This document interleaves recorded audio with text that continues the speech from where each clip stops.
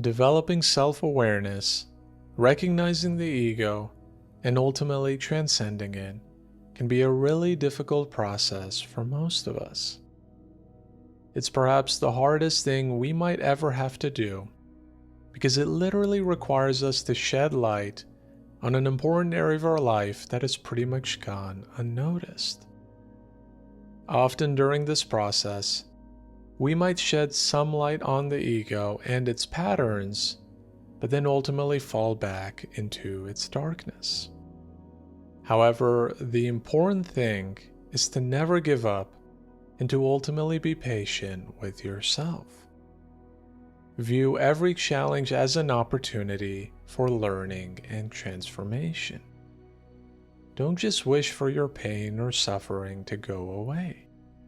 Observe it, learn from it, and ultimately discover why you have let it develop such a strong hold over you.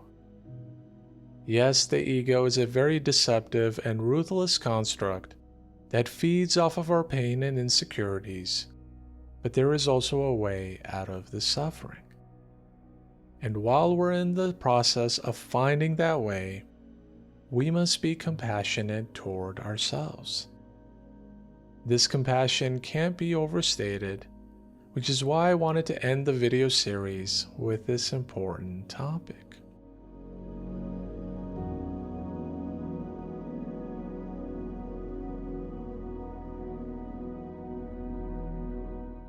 Throughout these 7 videos, we have learned a lot about the ego and how we can liberate ourselves from it. But all of these teachings mean very little if we're not equipped with the tools, inspiration, and insight to keep going forward when things get tough. And believe me, things will get very tough very fast. For even though you might walk away from this video series feeling like you have everything you need to transcend the ego, there will come a time in the not too distant future when you might find yourself back to square one again. A setback will occur, a roadblock will appear. Anything and everything might feel like it is up against you. You might even find yourself back in the ego's grip, unaware of why you're feeling so down, hopeless, or unsure. But remember, these setbacks happen to all of us, and they are nothing to be sad or ashamed about. Be compassionate toward yourself whenever you do experience them, and know that the ego can never stop your spiritual journey. It can only delay it. For there is nothing in the ego's arsenal that can stop us from truly awakening.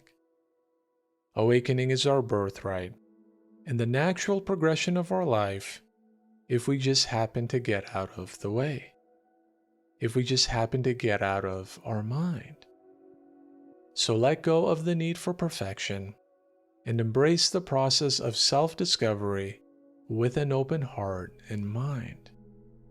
And of course, remember that this compassion applies not only to you, but also to every single being you come into contact with.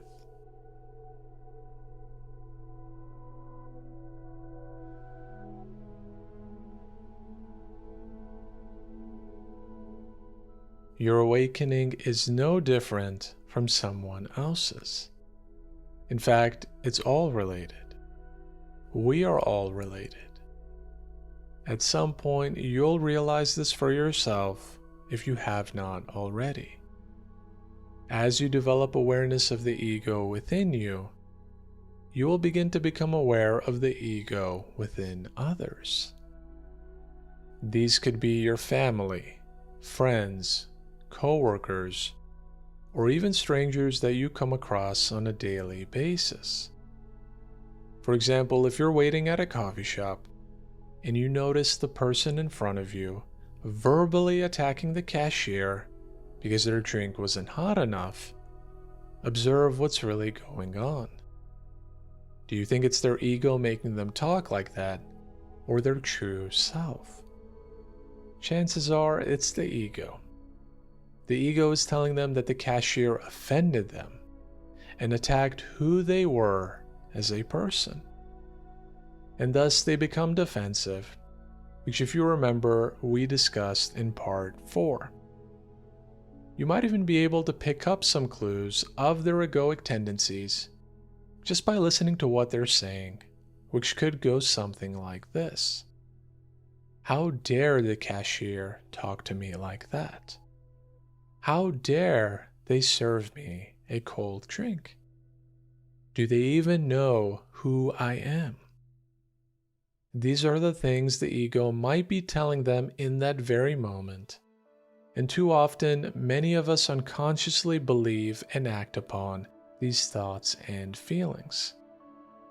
Now, it would be very easy to judge or criticize someone under the control of the ego, or worse, comparing your spiritual progress to theirs. However, this judgment or comparison is just another way the ego is trying to manipulate you.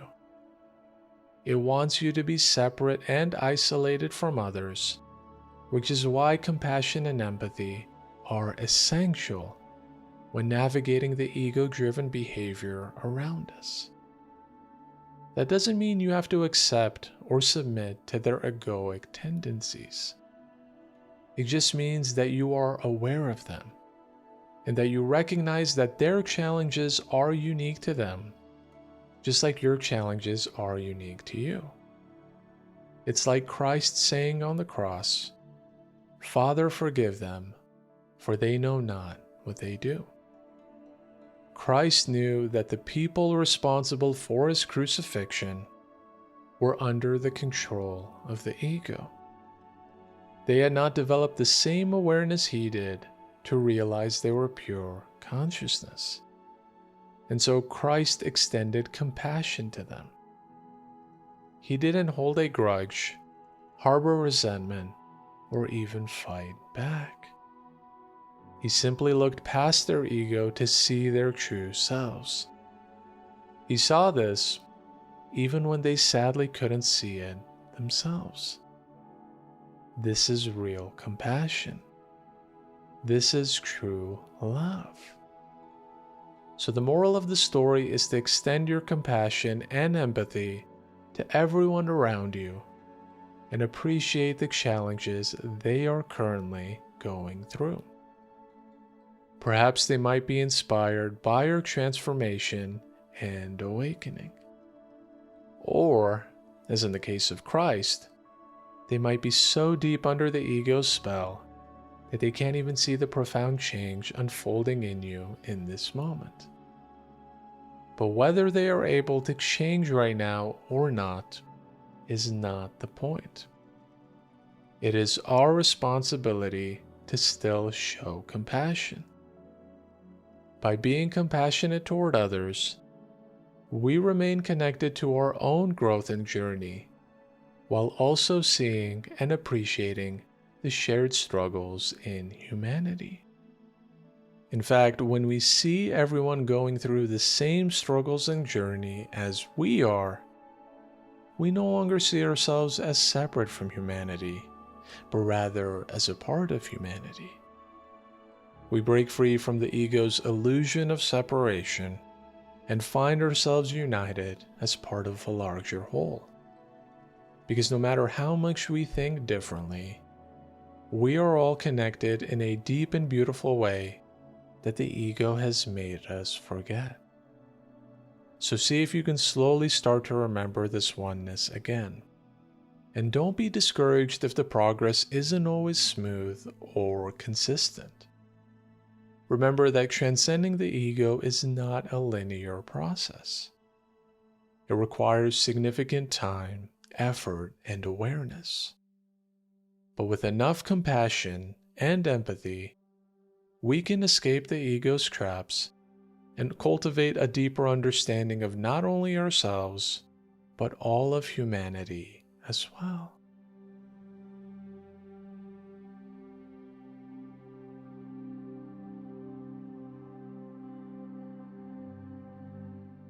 We are all interconnected in this journey called awakening. We are all part of the universal consciousness that exists everywhere. And if you take just one thing from this video series, let it be the reminder that you are not the ego. You never were.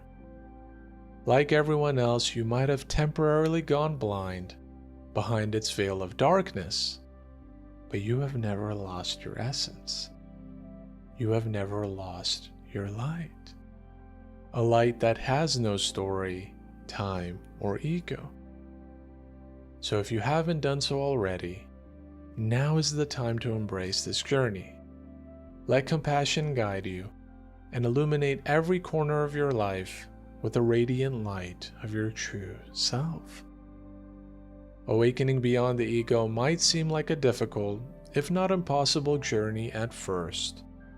But once you start walking on the path, everything becomes unveiled before you.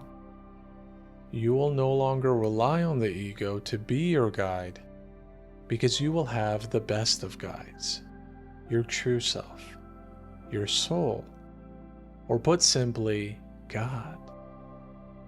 In this video series, I have used these terms interchangeably and pretty loosely, but they are all pointing to the same divine consciousness that lives within all of us.